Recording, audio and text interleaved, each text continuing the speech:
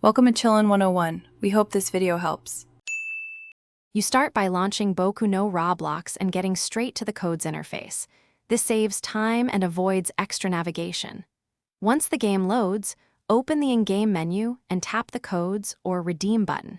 Make sure you already copied the code text to your clipboard so you can paste it without typing. Doing this reduces errors and speeds the process. If the button is hidden on mobile, check the HUD corners and expand any collapsed menus before continuing. Now you enter the code precisely. Paste the string and inspect capitalization, underscores, or dashes because codes are exact.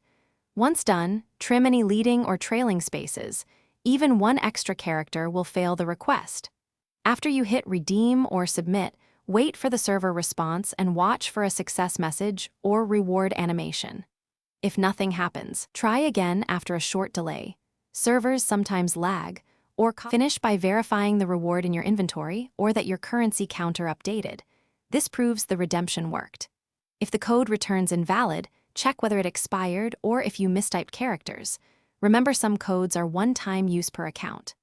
Once done, relaunch the game or log out and back in to refresh data if rewards don't appear. If problems persist, wait a few minutes for server sync or try on another device to rule out local issues.